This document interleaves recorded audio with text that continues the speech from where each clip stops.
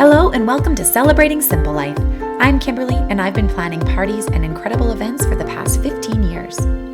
I'm passionate about connecting people, making gatherings purposeful, and making the most out of every moment. Join me as we learn together how to find joy, celebrate the simple things in life, use events to grow your business, entertain with purpose, and have a whole lot of fun along the way. Cheers to Celebrating Simple Life.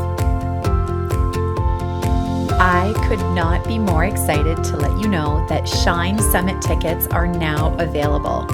Shine Summit takes place October 1st, 2020.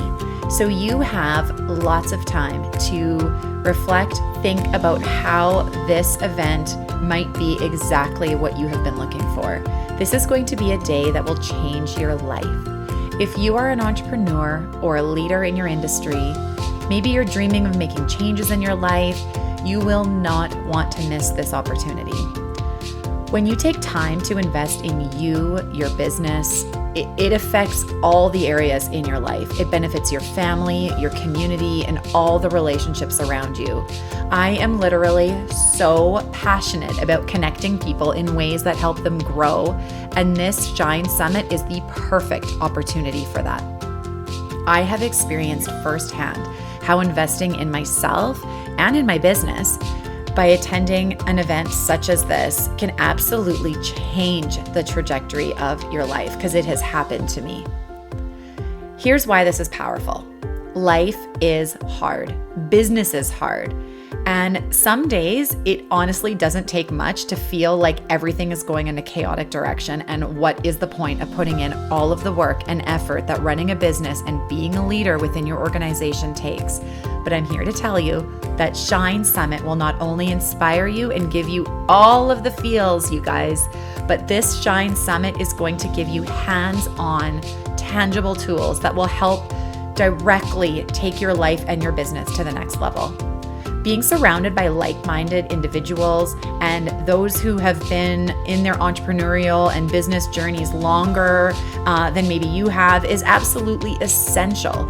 Hearing from them, hearing their stories, hearing their mistakes, and how they're willing to share their experiences, vulnerability, and really try to help you avoid those same mistakes. We have experts from all over that are going to be coming to share their expertise and to grow together. You will be blown away by our headliner, Sarah Heron. Isn't that the girl from The Bachelor? Why, yes, it sure is. Sarah is a force to be reckoned with, and she has taken her experience of being on a public television show and putting her story out there in the world and taking her disability that she was born with and turning it into something extraordinary. She has an incredible story, an incredible business sense, and she is such an inspiring woman. And you get to hang out with her and be inspired. This summit has been created to surround you with a community of incredible women who will challenge you, help you grow and thrive, and we want to see you there.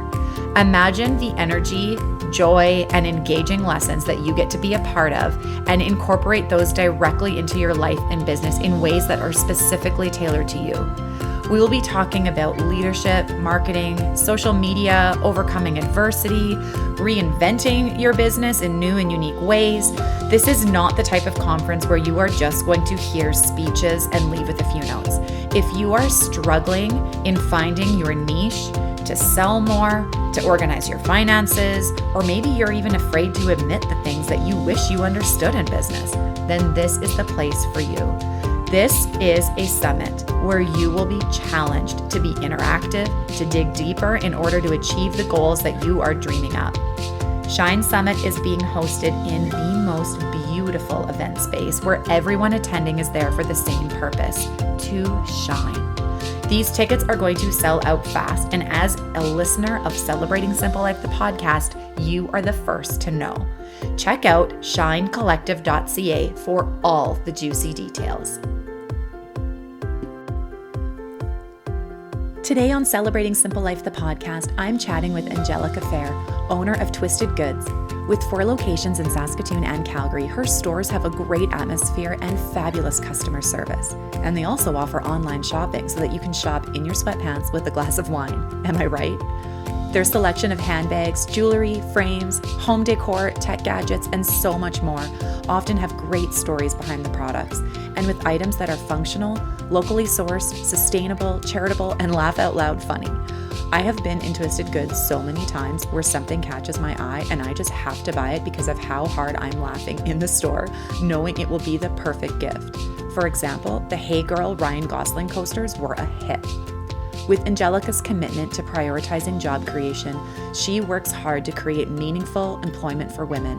Her gentle spirit, kind heart, and fierce work ethic make her a force to be reckoned with. How are you today? And I'm so excited for you to listen in on our conversation today. This is fabulous. I have been so waiting to chat with you, and I have so many things that I want to chat about today. So I love your store. First and foremost, we're just going to talk about this here because Twisted Goods is just the most adorable little place. And I find that I try to not buy a lot of stuff because I like to keep things simple, but even just coming in, more often than not, I'm like, okay, I don't need anything right now, but I come walk around Twisted Goods and I'll see something so hilarious or so funny that catches my eye. I'm like, okay, fine, just this one thing. I just need this one thing. Aw, thank you. I love it.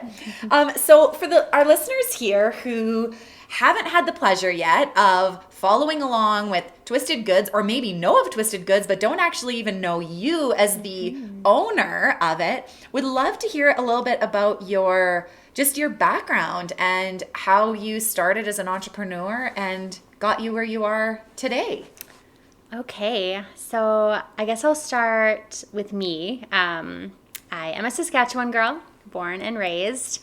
I grew up in a town called Estevan, which I loved. And besides a couple short stints in Calgary and Toronto, I've lived here my whole life.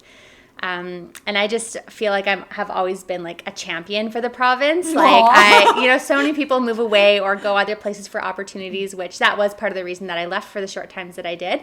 But I just find that living in Saskatchewan is amazing. And I just love the idea of growing my business and being planted here. So I'm 35 years old, married to an awesome guy. I have 3 kids, all girls, a 6-year-old and 2-year-old twins.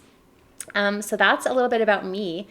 When it comes to Twisted Goods, I actually did not found the company. It was founded by another woman named Sheshi Bell in 2001 here in Saskatoon. And I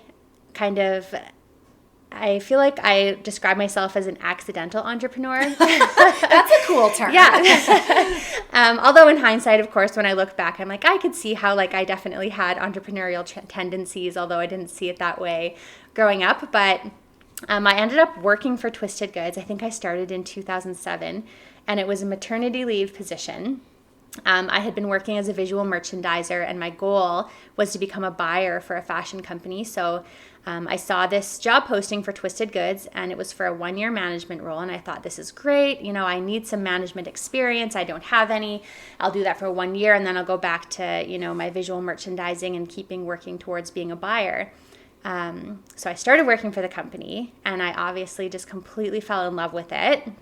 Never left. I love that. After my 1-year term was up, my boss was kind enough to offer me another role in the company, and after a few years, I worked my way up and ended up moving to Calgary to help them open new stores. And then in 2012, I got the chance to buy the company, which is like a whole other long story in itself, I guess. I was quite young at the time, I suppose. I was 26, I think, when the opportunity was given to me. So was the opportunity, I just want to dig into this just a little bit, because I know that questions that I get from listeners and different things about conversations that happen on the podcast are always, but how? How did this happen? They want to hear the nitty gritties, because there's so many people that I think are in certain jobs, or maybe opportunities do present themselves, and it's like, you maybe aren't you maybe weren't anticipating that would happen. And then they want to know, how do you actually react in that situation to maybe be brave enough to say yes, right? So had you in your mind thought to yourself before the opportunity came up, hey, it would be really cool to own a store like Twisted Goods or Twisted Goods directly? honestly, I never anticipated that happening. I think one thing that I did do on purpose was that I did purposely work for Canadian-owned small companies. The two companies I worked for before Twisted Goods were also Canadian-owned or locally owned, and I just loved the idea of having access to people, having access to the owners. Not that I, got the chance to sit down with them constantly, but I was often able to pick their brains to see how things worked and just to have a lot of conversations and see a lot of things behind the scenes that you might not get if you're working for a huge company. So that was one thing that I would say I did on purpose, was I was so curious about how people succeeded. So it is funny that I didn't see myself as an entrepreneur, but obviously had a great interest in how business worked and how people were successful. And I think that I just always viewed every job as like getting paid to be educated. And I think that you get out what you put in. And so I never just showed up for a paycheck. I was always so curious just to learn what I could do to make myself indispensable. And I think that helped so much just to, advance me, I guess. And then I have to say too that, we can talk a lot about how hard I worked or the things that I did and what I put in. But at the end of the day as well, Shashi, the woman who owned Twisted Goods and who I now actually co-own another business with, and she's just a great friend and mentor of mine, having women in my life who were out there with the intention of championing and advancing and empowering other women is definitely like one of the greatest blessings, stroke of luck, call it whatever you want. Like for me, being surrounded by people like that, who were not only looking to advance themselves and do great things, but to see where they could advance other women or other people. So that was amazing as well. As far as the how, I guess she had told me she was selling the company, without any other expectations put on the table. And I kind of walked away from that conversation going, okay, wow, that's crazy. And went home every day that week and lied awake in bed going, okay, should I try to do this? Like, that's crazy. There's no possible way. Like, I'm young. Like, I'm just a 26-year-old moron. Like, I can't own a company, but I could not get it out of my head. So I finally had walked into her office one day and said, what if I tried to buy your company? And I used the word tried because I knew that there was a good chance that I could not accomplish it even if I wanted to.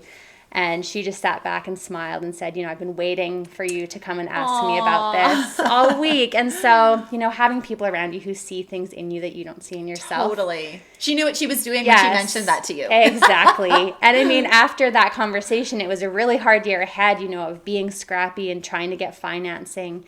And having a lot of stress and a lot of difficulty and a lot of stress and difficulty even after, achieving all of that. So it's not like it was, dreamland. Right. Yeah. Laying and dreaming about it when you were thinking of buying it was probably the last easy dreaming you had. Yes, exactly. But I can't say I've had a single regret. I've had so many great conversations with women ever since who have been through similar processes of kind of having to, fight their way into business ownership or, to help their businesses survive and those kind of things. So there's definitely a lot to be said for being determined and being scrappy.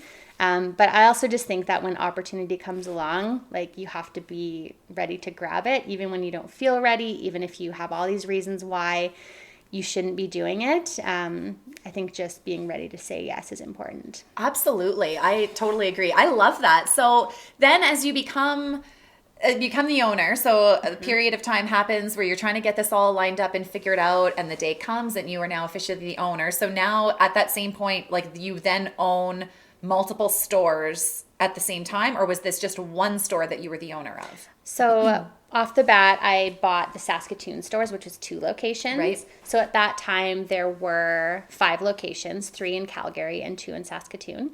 So at that point, I bought the Saskatoon locations in 2012. So I became the owner of 2 stores. And then it was about 3 years later in 2015 when I was able to buy the rest of the company. Wow.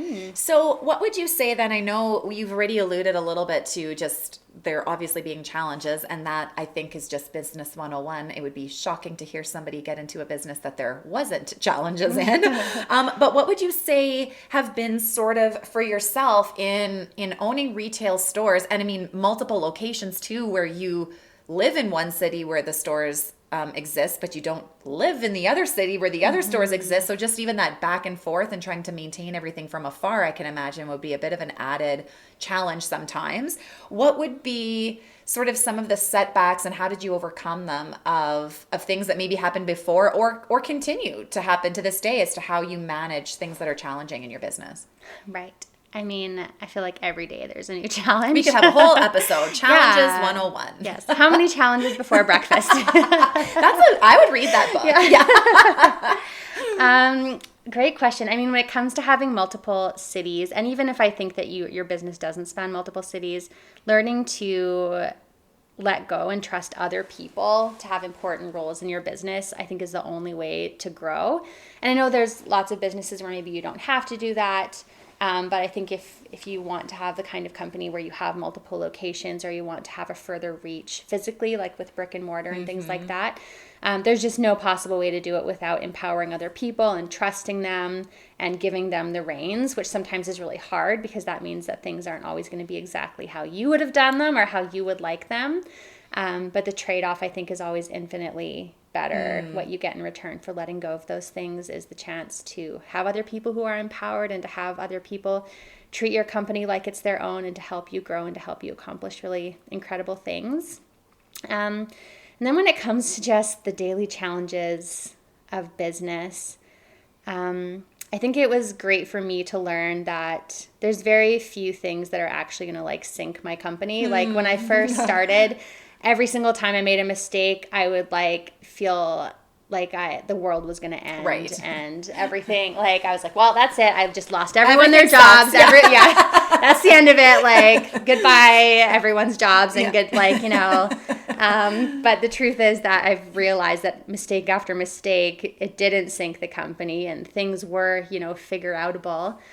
And so that was really good. And when it comes to, I guess, just like facing future challenges and even having said yes to the business opportunity in the first place, I try to go into this mindset that's like, what is the best thing that could happen and what's the worst thing that could happen? And when I really think about it, the worst that could happen is really never that bad. Like I remember having the conversation with my husband when we were deciding if I should go for it or not. And I was like, you know, like if the absolute worst happens and I do a terrible job and I sink this company, I would feel really bad and that would be really embarrassing. But like, I'm a great waitress. Like where, you know, like I am awesome at serving drinks. Like we'll always survive. We'll always be fine. And if that's the worst that happened compared to the best thing that could happen, which, you know, so many good things have happened now, I think that's the mindset I try to have. That's such a great way to think about it. I often, being in the career that I'm in event planning, as well as being an entrepreneur, there's so many things on a day-to-day basis and project to project, event to event that could go catastrophically. And it always feels, especially having staff, I don't have staff now, but previously did. And even now when I have clients whom they're all wanting their project and event to be the best that it can be. So I would be letting down a huge team of people with every possible thing that I'm taking on. That is what I always tell myself too, is like, what is the worst case scenario? And sometimes I even start laughing as I'm like walking through it. I'm like, this is so absolutely ridiculous that I'm like walking through these things, because saying it out loud really debunks how bad they really are, in my mind at least. Totally. Yeah, totally. So then on the totally opposite side of it then, of the coin of what makes things challenging in business, what for you in these last years from working within the company to then owning the company and growing the locations that you own, what for you is the piece that keeps you the most motivated and excited that, yay, I'm not waitressing right now. I am actually running these businesses successfully. Not that there's anything wrong with waitressing. I was a waitress too. I loved every minute of it. I really did. I miss the tips. Right? Days, I know. There's no tips in entrepreneurship. There isn't. Let's see. As far as the trade-off now, I guess, of owning a business, like the freedom that it's given me in my life, which I know is funny because some people think that business owners maybe are just like having brunch and playing tennis all the time. That's what I do, isn't right? That, isn't that what you're doing? That's totally. But I work super hard, and of course I work way harder than I did before I owned a business. But the nice thing is that, you know, I can work super hard at midnight if I want to, and I can, you know, go to my kids' play in the middle of the day if I want to, and having that freedom is really, really amazing. And when it comes to the thing that I get really excited about, or what motivates me in business, for me, within the business perspective, I would say that creating jobs is something that I've just become so passionate about, that it just excites me, especially because, you know, the reason I had to move to Calgary when I did was because there weren't jobs in Saskatoon in the retail industry for buyers or for, you know, kind of area managers and things like that. And one thing I was so excited about when I relocated the head office to Saskatoon was that I was creating those kind of jobs here that never existed before, where an ambitious woman who wanted to advance to a further position wouldn't have to move to a different province or a different city. So yeah, creating meaningful jobs in a really fun, safe work environment just really gets me excited. That's cool. I love that. I don't think that I've ever heard somebody say that as an answer before to what their favorite part is in business, because I find often like the HR and the piece of it can be like really challenging, but that's such a great spin on seeing that. I love that.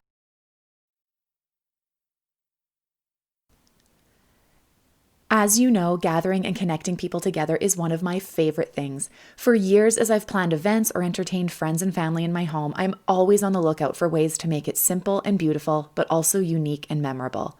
Every time you spend time connecting and making it an experience, incredible things can happen.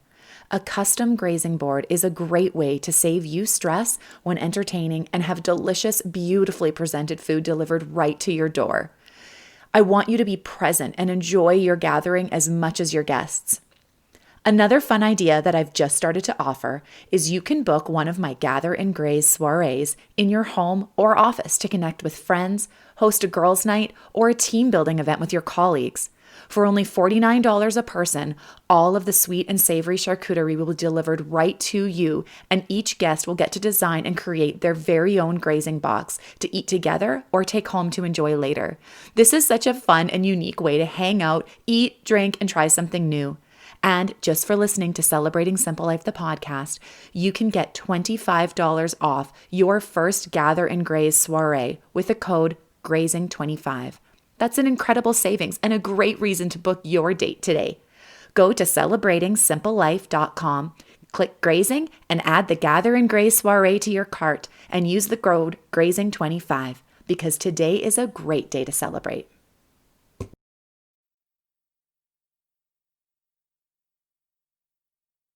What milestones or accomplishments or things that have happened in these last years since you've owned the business have sort of, I mean, even when you have a team of people working with you, I don't know about you, but I find it's very easy to kind of feel alone in entrepreneurship. And I don't think that that's unique to a specific type. I'm not in retail, but a type, I think that's just sort of across the board, that it's easy because you're sort of in your head a lot about what you're doing in your own business when you own something on your own, even if you have a team or not.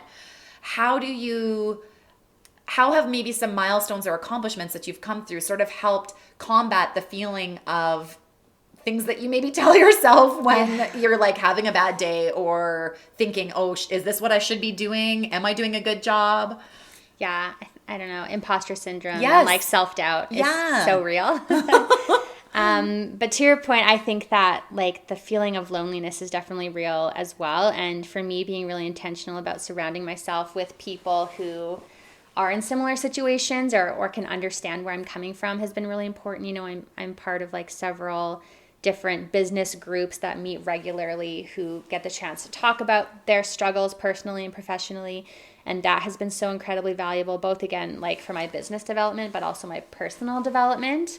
And also I think I find that, like you mentioned earlier, like human resources can be such a battle, and, you know, humans can be the best and worst part of our day, I think. And especially when you own a business that employs other people besides yourself. But I think I've really learned that it's okay to be more transparent and be vulnerable with the people who I work with. For a long time, I was very guarded, and I'm naturally kind of a guarded person, I think. I don't think I'm really closed off, but like you thought you had to keep it all together. Yeah. And you were like, I'm the owner of the company. I shouldn't have a bad day. You know, like if Yeah. I was, and it's not like now I go into my office and spill everything that's going on in my life. But, you know, there would be people who I'd work side by side with every single day, and we would consider ourselves friends, but they, you know, I might be going through something really crazy or tragic or difficult at certain points in my life, and they'd have no idea. And eventually they'd find out maybe a year or two later when I was like, oh yeah, by the way, this happened. And they're like, you know, what? Yes, exactly. And I started to see that, you know, you can still maintain professionalism while being a human in your business, and the people who work with you, even though you're the boss, and even though sometimes there are people who don't necessarily treat you like you're a human with feelings when you're the boss, it's still good, I found, for me to be a human with my staff and to relate with them and to open up with them. While still keeping appropriate boundaries. But I think I've just tried to let my guard down and have found so much value in building that community with the people I work with. That's such a good point. I really like that, because I think that's like something from the past that really wasn't acceptable in the workplace. Like obviously in the last 5-10 years even, there's been so much more talk about being like vulnerable and I think as a female too, it's challenge, because our feelings are, and this is me being very stereotypical to women, but generally in my experience, women at least show their emotions a little bit more frequently than what I have noticed from the male people that are in my life, right? And so I think there's always this feeling of, well, I shouldn't. I remember years ago working with a client and like something coming up that just felt catastrophic at the time in an event setting. And this was my client. There was really no further close-ish type to the relationship. It was definitely a business relationship, and feeling like I was on the verge of tears in a meeting, which was like a never ever in my wildest dreams would that ever happen in front of a client. Like I am an emotional person, but always kept like, whoop, turn that off. And that's not happening in those types of things. And feeling just this like overwhelming sense of, oh no, here it comes. Like, I don't want to cry. Like, stop it, stop it, stop it. And thinking, my initial thoughts thinking, oh man, they're going to think that I'm not good at my job.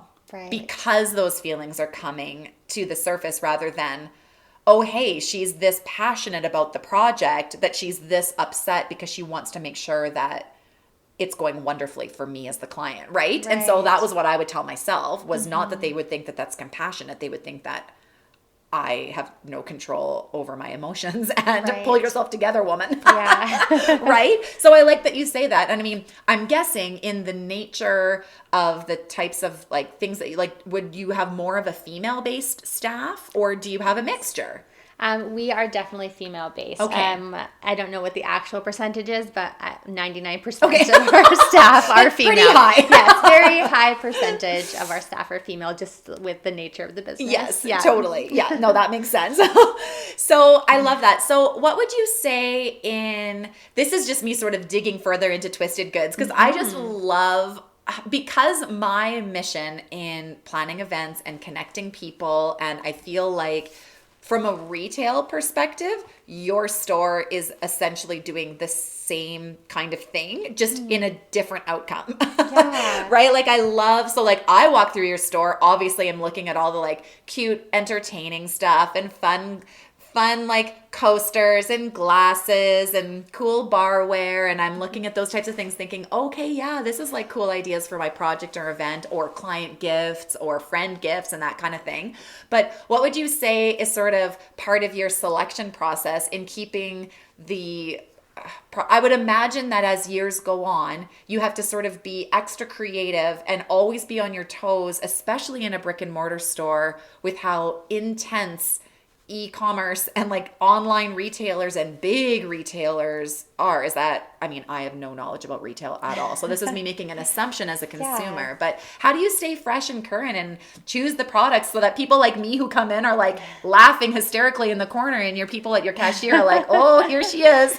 Yes, that's my favorite thing, honestly. Like my goal is to just hear as many people laughing or having great conversations, or, you know, it's shocking how much we often even cry with our customers because we get to hear so many amazing stories. Categorically, we're a gift store, like a gift retailer. And so one of our philosophies is that everything we do should be centered around giving, because that's why people come to us, right? Like they're coming to us so that they can show appreciation to somebody else, or sometimes hopefully to themselves, you know. Yes. It seems easier, like, why do we feel like it's okay to invest and be so nice to others, and we don't treat ourselves always with that same niceness? Totally. So like our tagline is give good gifts, and we want that to, you know, extend beyond just the idea of like giving a thing to somebody, but more the idea of like what is behind the thing that you're giving. Because, you know, like brick and mortar or retail or whatever, sometimes it's just stuff, you know, you walk into a place and it's like, okay, here's a bunch of stuff. What's the point? Right. And so I guess for us, the point is just there being the layers, I guess, of giving. So to begin with, when it comes to our actual product selection, we always want to start with things that are beautiful, functional, meaningful, funny, inspiring, you know, things that are something more than just stuff. And then to support entrepreneurs who are women or who are minorities, or people who are local here in Saskatchewan or local to Canada, that's really important to us as well. And then there's the component where a lot of our vendors also have their own charitable efforts that they're linked to. So, you know, we love supporting vendors who have direct charities that they work with, and something we're able to tell our customers about, because it just adds that extra good feeling of, you know, you bought something to express appreciation to someone else, which is amazing, but then in the meantime, your money is also going to, you know, support a women's shelter, or it's going to plant trees, or it's going to a humane society. So we really try to add those extra layers to give everything meaning beyond just the things that are in the store. And then I always feel like, too, the environment, of course, like our key demographic is women who we're selling to, and women just tend to carry so much, you know. And we were even having a conversation about this earlier before we started the podcast about how, you know, as women, like we carry all these roles, and, you know, whether you're a businesswoman or whether you're a mom, whether you're a college student, like we just tend to have to carry a lot of weight, you know, when it comes to emotional weight and the things we're doing in our jobs and in our lives. And I just love having a place where women can come in, and it's like, I think of it as like a candy store. Like you're just there to have a moment and enjoy yourself and laugh at something, or, you know, read a book and have a good cry, and just be around people who are there to like hear your story and help you find what you need, and just be an environment that's relaxing and fun, where you can just not worry about things for a little bit. And I love that. Well, and I think that it's so, I love having a good time, and I love having fun and laughing and all of that, but also equally have really hard days, a lot of days. And I find that that's exactly how you described it, is exactly how I feel walking into your store, is just coming in there and knowing for 100% certain that by the time I have come around the whole entire thing, there will be definitely one, more so like 5 to 10 things that have like made me laugh out loud. That's so kind. Or been able to like be like, oh, that would be for that person, that would be for that person, where I like would know who else would appreciate that exact tidbit of funniness, or that book, or that item. So no, I love that. And it's my kids' favorite place too. That's the part that I love about it, is that there's so many things in there that would be for all ages, that it's fun to just come explore. And it is like a candy store. I've never heard that description before. Yeah, and I mean, I love hearing that, because for us, like, it is so fun to try and set ourselves apart in the thrill of the hunt of finding new, exciting things that are just really going to, like, surprise and delight our customers. Yeah. So, okay, so this is just throwing it off the cuff. What would you say right now would be your top 3 things if you were going to walk into your store as a customer that you were like, oh man, I definitely want this, this, and this? Oh my gosh, so many things. And how do you not come home with a full entire carload every single day of things that you want out of your inventory? Thankfully, like you, I'm a bit of a minimalist in my home, so perfect. I don't come home with too much, but I definitely love coming home with a thing or two here and there, and then giving as much as I can. Totally. Gifts to other people. Okay, top things that we have right now. I definitely am on the eco-friendly train right now. Having young kids, I feel like we are just like planet Earth's worst enemy, like, you know, where we just make so much waste and so much garbage. So I'm trying so hard to focus on how we can be more environmental, and a section we've kind of expanded for our customers in the last few years. So I have we have these reusable, sounds so funny as a thing that you'd want, but reusable Ziploc bags called Stashers. And I've used mine so much. I love obsessed those. with it. Yeah, I love those. So that would definitely be one high on my list, especially if you have kids. But, you know, everyone needs snacks, even if you don't have kids. 100%. So, yeah. So those I absolutely love. We have a collection of signs from a company called William Ray Designs, and she's an incredible woman entrepreneur based out of Alberta who does the whole collection, and her signs are just beautiful. They have amazing quotes on them, and I'm kind of one of those people where, you know, I don't necessarily want words all over my house, but her signs are so well done. I think hers are the only ones I have in my house, and she has so many great ones to choose from. So that would be number 2 on my list, and then number 3, socks. I love it. We have so many funny socks. We had some over Christmas, which they're sold out right now, but we're hoping to get them back in. But they were the Office theme, so they had, you know, Dunder Mifflin. Totally and saw those. Jim and Pam and Kelly and Ryan and all that written all over them, and I love The Office so much. So, but we have so many socks that have funny sayings or funny pictures on them, and it's just one of those little things that I think is so fun to give as a gift because you can express, you know, what you know about somebody or what you know they like. And it's also useful. So it's not just a thing. Yes, and it's like a one-size-fits-all kind of thing. Like, you don't really need to worry too much about them. Totally. Yeah. So, like, I just bought everybody socks this Christmas. And it's so funny because as a grown-up, it seems like a silly thing. But everyone just, like, was so excited when they opened their socks. So I feel like I could come home with a new pair of socks every day and be happy. Well, don't you feel like socks have sort of like made the comeback in the last few years, where it's like it used to be just, okay, well, just like regular socks, and then all of a sudden you started seeing people like expressing themselves through their socks. Totally. It's like, why wear striped socks when you can have otters holding hands on your socks? Totally, you know? right? I know. That's exactly it. Or like, why cats eating pizza? Yeah. Or like, why not? Exactly. I got a really cool pair of ocean socks for Christmas that look like the ocean is my happy place. Yes. That just were like different levels of the ocean on them, and they make me happy. Amazing. Very happy. Yes. I love that. So I always like to close the interview with, I was already asking you your top 3, so that's kind of like learning more about you. But I always like to close the interview with just a few questions because you are your own person. You are not just Twisted Goods. You have a million roles in your life. So let's get to know Ange a little bit better. Okay. And what would you say? I know you're a busy mama and lots on the go, as a lot of people have in the mornings. Mornings are just something, aren't they? They are. They are just something. What is one thing that you do in the morning that sets your tone for the day, if anything? Okay, I'm not a morning person. Like, I know everyone's like, if you're going to be successful, you better be a morning person. I'm on the same train as you. I agree. So I'm working at it, but I'm definitely a night owl. You're not a part of the 5 a.m. club yet? Okay. My brain works best at night, but, you know, I still do my best in the mornings. To set the tone in the morning, like, I'm not a creature of really intense routine or anything like that, but I do really love listening to podcasts as I get ready. Sometimes I listen to business podcasts. Sometimes I listen to, you know, like a spiritual podcast or something like that, but just kind of starting my day listening to someone else talk about what they're passionate about or something exciting. Some of my favorite podcasts, I think, are Celebrating Simple Life, of course. Hey, always thanks for the amazing women, as well as How I Built This with Guy Raz. Yes, I like that one too. Yes, and then there's one I've been listening to. What is it called? Emotionally Healthy Spirituality. Sounds so intense, but Pete Scazzaro is the one who does that podcast, and it's just full of so many good golden nuggets of, like, you know, mental health tips and how to, like, kind of lead a spiritually fulfilling life, and that I find is so important too. Yeah. Oh, good suggestions. That's a great start. Are you a coffee drinker?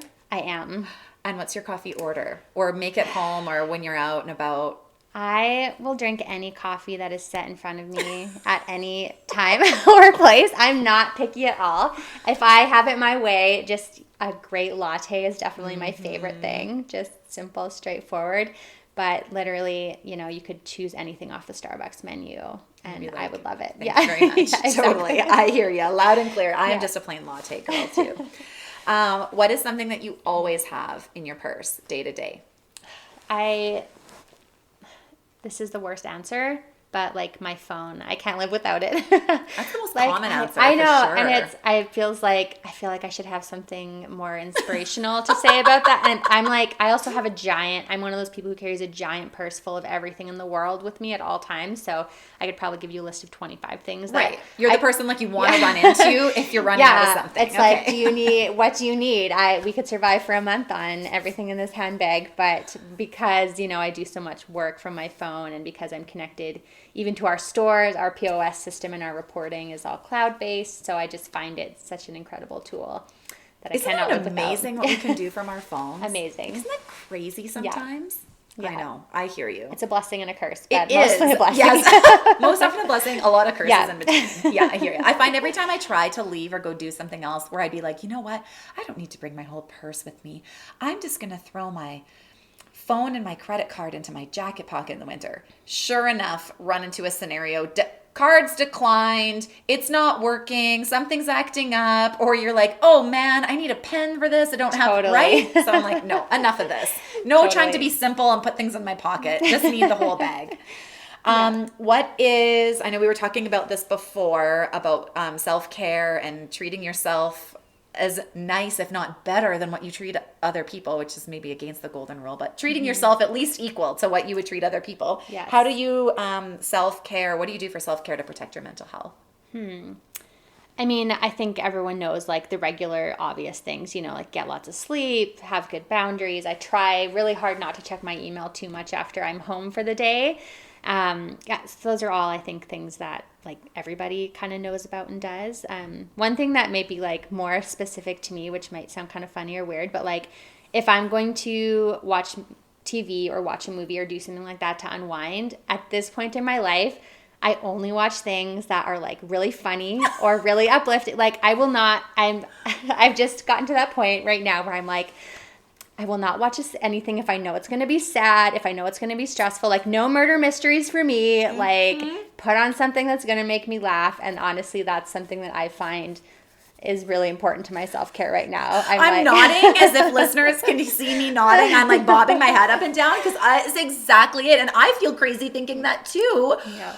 I'm like, if I am not at least giggling, it doesn't need to be doubling over on the floor horizontal laughing, but it needs to be giggling, and I need to not be crying. Yeah. And I need to not be scared. Yes, absolutely. In order to feel like it was actually like filling my bucket rather than, oh. Yeah, totally. And I mean, funny thing is, I've like always been that way where if I know something didn't have like a happy ending, like a movie or whatever, I was like, no, not going to watch it. Or if I somehow, say like I loved watching Moulin Rouge when I was younger, but I would watch it till the end except for the last 5 minutes. I would literally turn it off and be like, the end, yay. Like, everybody's happy. Yay. Bye. Yeah. I love that. So digging deeper then, what would be either the last movie or Netflix show that's like following along the genre you're saying that needed to like make you laugh or be light-ish?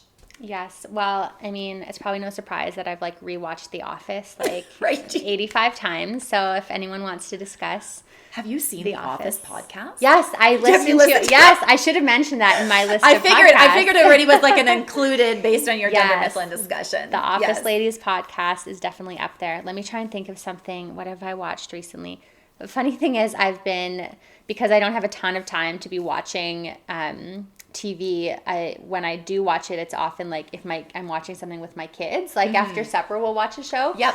So I've been watching a lot of, High School Musical. Right. Yeah. I was going to say that changes your. Yeah. We all have our family each has their own Netflix accounts where we each have our own names so that our preferences come up. But sometimes it doesn't happen as much anymore. But the kids would sometimes like. Just whatever one happened to open up, like they would forget that they should go into their own. So all of a sudden I'm like, why is Netflix suggesting all of these weird shows for me to watch that are like Cheer, High School Musical, like I don't know what, Paddington Bear, all these things. anyways, Totally. noted. And then you could tell what the last watch was. I'm like, Yes. there we are. Yes. And now that you mentioned it, I did watch Cheer on Netflix, and I actually loved it so much. I was a cheerleader in high school. You were? I know. It's like so funny. I always feel like I am a person who the things about me don't go together. Like, I think I was the only cheerleader in my high school who also played sports. So like I was a soccer player and a basketball player and a cheerleader. And then I was, I always thought it was funny that I'm like an extreme introvert, but then ended up like owning a retail company where like, being around people 24/7 is kind of my job. So I just think it's funny how things work out like that, where there's always this interesting juxtaposition. Like part of your mystique. Yeah, part my of your mystique, exactly. Bam, I'm a cheerleader. It's like she doesn't make sense, but somehow it all works. Makes you extra intriguing. I love that. You're welcome to share any of those little tidbits. I love that. Well, I will maybe have to tune into an episode of Cheer then, because my girls are really enjoying it, and I have not yet watched an episode. Fun. Okay. Yeah. So lastly, what would be...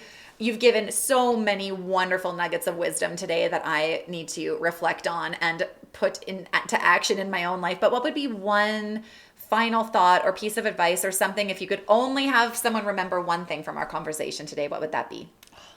So hard. I guess going back to what I just mentioned about myself, I would say to somebody, don't ever waste your energy trying to be somebody that you're not, because, the things about you that are different and unique, and maybe it sounds cliche, but honestly, like that's your superpower, that's what makes you special and that's what makes you great. And I feel like so many people spend so much energy wishing they were somebody else or trying to compare or be more like somebody that they're not. And the longer I'm alive, the more I see that what makes people great is the things that make them unique, So I love that. Thank you. That is amazing. So you are just a gem, and I am so grateful for our conversation today. So check out Twisted Goods live in location. You get to actually go into a physical store, not just be online here. Yes. And I will tag your social links and stuff in the show notes so that you can follow all of the cool and hilarious things going on at Twisted Goods. So thank you, Ange. You are just a gem. Thank you, Kimberly. It's been such a pleasure. This show would not be possible without you, my incredible listeners. It would mean the world to me if you would subscribe to Celebrating Simple Life on Apple Podcasts, or download and listen on Spotify, Google Podcasts, or wherever you choose to listen. If you really want to make my day, leave a review.